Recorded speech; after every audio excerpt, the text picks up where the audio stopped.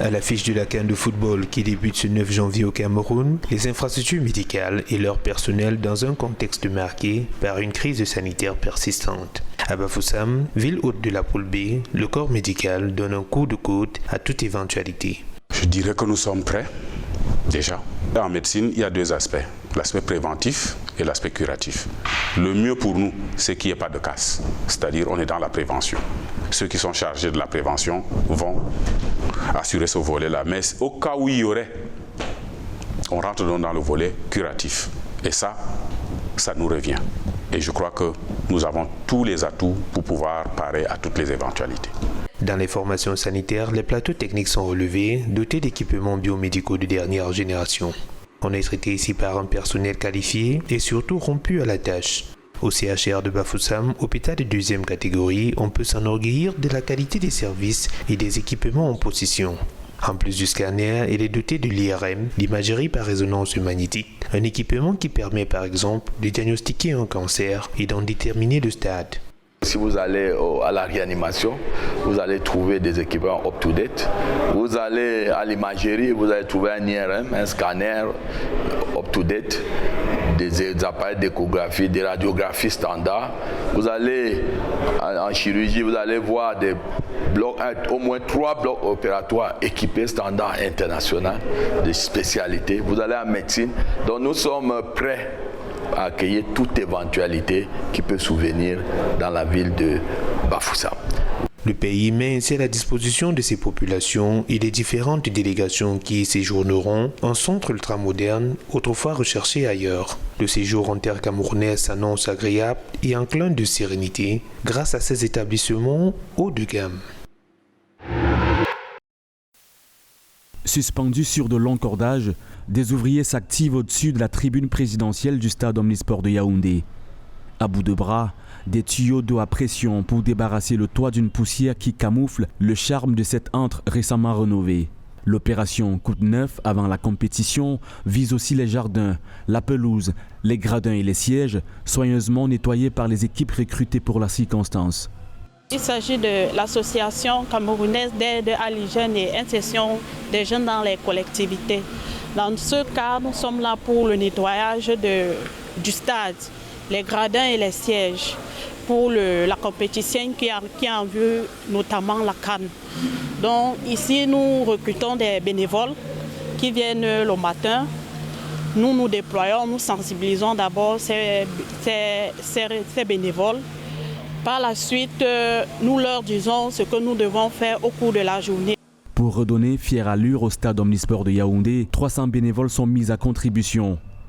Parmi eux, ces spécialistes en nettoyage d'ouvrages de ce type.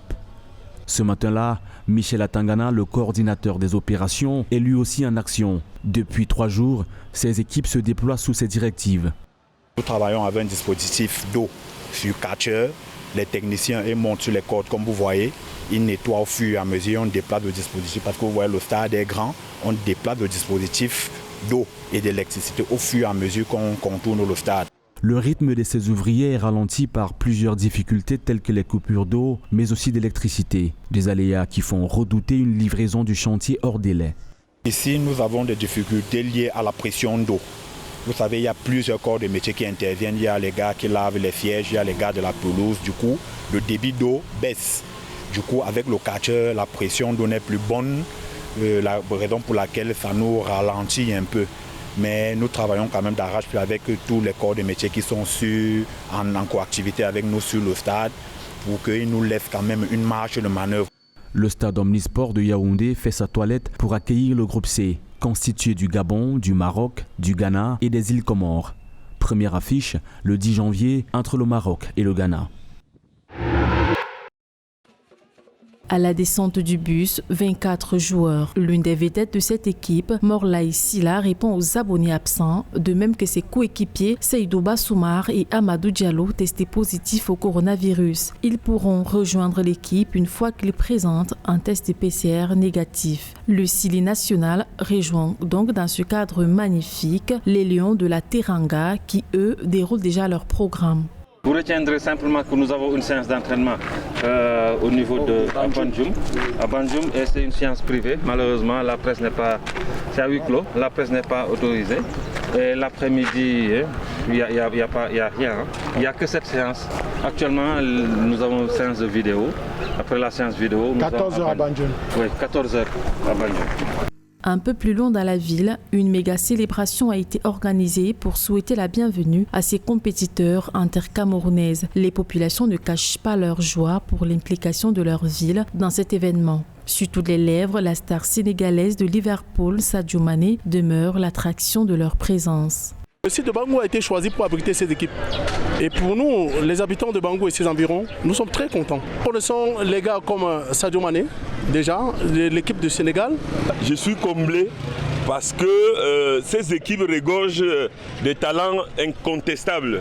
Donc moi, c'est une fierté que ces talents se retrouvent plutôt à Bangou qu'à Douala ou à Yaoundé. Nous comptons relever Bangou à travers ces stars-là. La poule B est donc au complet. Malawi, Sénégal, Guinée et Zimbabwe sont d'ores et déjà prêtes à se lancer dans l'arène où ils sont attendus dès le 10 janvier prochain. À l'affiche Sénégal-Zimbabwe, Guinée contre Malawi, ce sera donc au stade de Kwekon. C'est dans le 2e arrondissement de la ville de Douala, principalement dans le quartier Bonadibon, ancien 3e, un lieu de vente de téléphones portables et accessoires, que Henri Mouyébé et son équipe se préparent à accompagner les Lions indomptables dans cette grande compétition sportive. Comme nous la voulons sucrée, nous sommes déjà sucrés.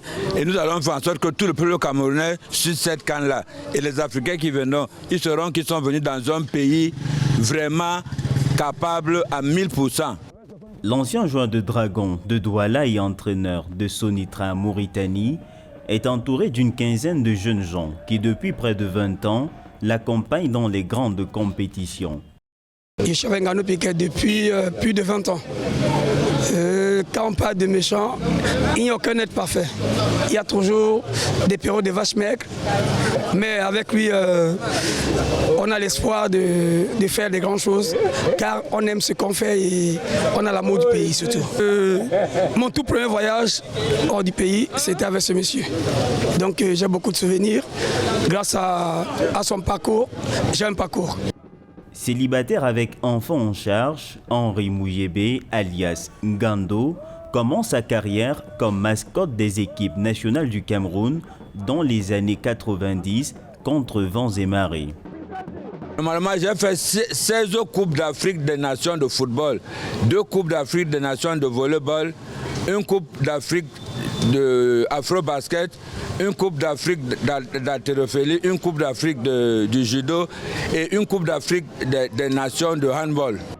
Pour cette grande fête africaine de football, l'homme qui revendique d'avoir été présent dans plusieurs Coupes d'Afrique des Nations de football reste très optimiste quant à la victoire des Lions indomptables du Cameroun au soir du 6 février.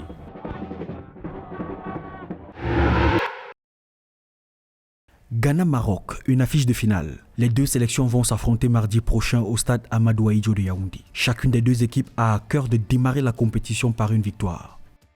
En l'absence d'Hakim Ziyech, non sélectionné pour problème de comportement, le Maroc reste un danger pour ses adversaires. Il compte surtout sur sa solide défense qui n'a encaissé que 3 buts au cours de l'année 2021. Défense contrôlée par Achraf Hakimi et ses comparses. Le Ghana, amené par des frères Ayou, compte sur des jeunes joueurs talentueux, comme la pépite du stade rennais Kamaldine Souleymana, auteur de 5 buts déjà cette saison, ou encore Mohamed Kudus, milieu de l'Ajax Amsterdam. Juste après le duel Ghana-Maroc, la deuxième confrontation de la poule C oppose le Gabon aux Comores. La sélection gabonaise repose sur ses tauliers Denis Bouanga, Mario Lemina, Guélor Kanga, Lior de Palin, Bruno Ekole Manga et surtout l'emblématique capitaine Pierre-Emerick Aubameyang.